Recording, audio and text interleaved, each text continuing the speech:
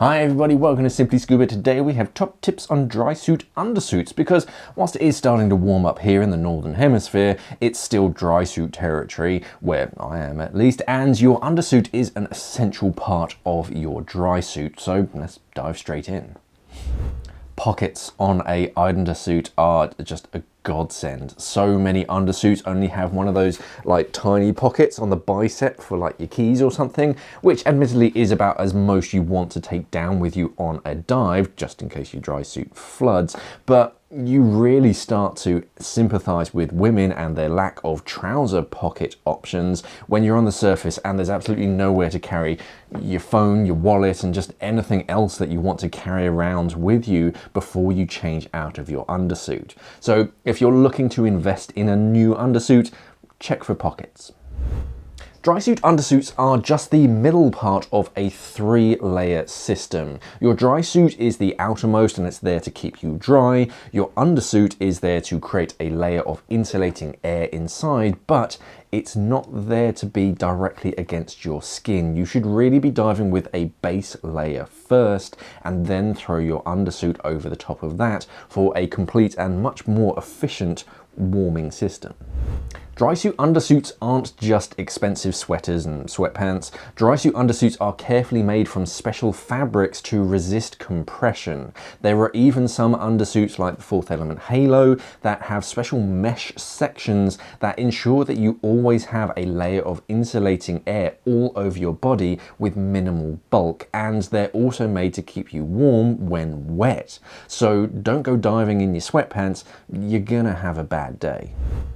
Base layers are the layer that most divers forget or don't bother with, but they do make a huge difference to your diving and how warm you actually feel in the water.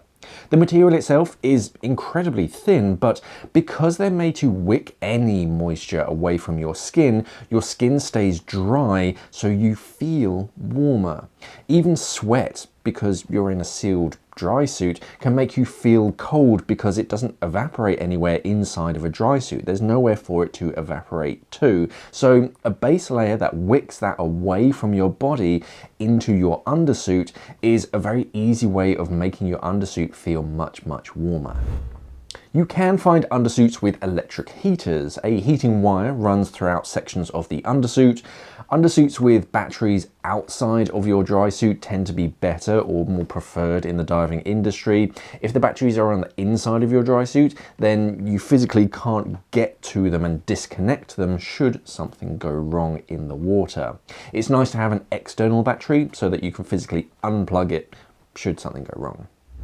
Drysuit undersuits are a great way to save money on your winter heating bills. Drysuit undersuits are basically a person-shaped sleeping bag made so that you can move around and actually do stuff. Sure, you might look a little bit odd walking down the shops in your drysuit undersuit, but around the house doing housework, you'll probably find yourself getting too hot in the middle of winter, even with the heating off. So save on your bills and save the environment a little bit more by wearing your undersuit in the winter.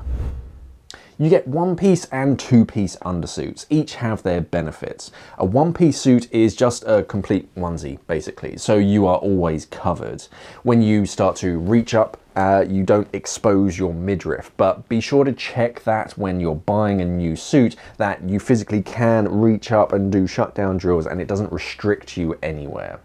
Two-piece suits, that gives you the freedom, and if you're a slightly odd shape, then you can get different size top and bottoms that works and fits for you, but you can get a cold patch if you do stretch up and that overlap isn't quite long enough. Normally the shirts are quite long and the trousers are quite tall as well, so you do get a decent overlap, but sometimes it's not quite enough.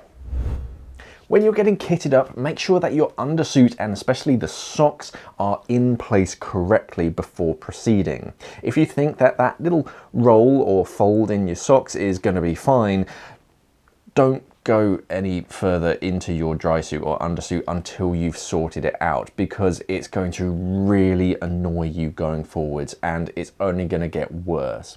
Make sure that everything is comfortable. There's no like sand or anything uncomfortable in your socks or any folds of material anywhere on your body as you go. And don't be afraid to get out of your dry suit to make sure that your undersuit is on properly, because the last thing that you want is for something uncomfortable like down your calf and then the material just keeps rolling and like riding up throughout the entire dive, and that's all that you can think about, and you start to forget about your diving and focus purely on your socks sliding down. Most dry suit undersuits are much like base layers. They're made to wick moisture away from your body, but the actual undersuit itself is made to move it out to the outermost material. So unlike a wetsuit, they're best dried when they're hung up as they are. You don't need to turn them inside out unless the manufacturer specifically specifies to. It's best that you do it like that. If you can, get a really wide coat hanger so that air can flow inside of the undersuit whilst it dries, and you can even get some sort of coat hangers that have just air blowing into the suit as well. They're usually the best to sort of keep it nice and fresh and really dry out from the inside out.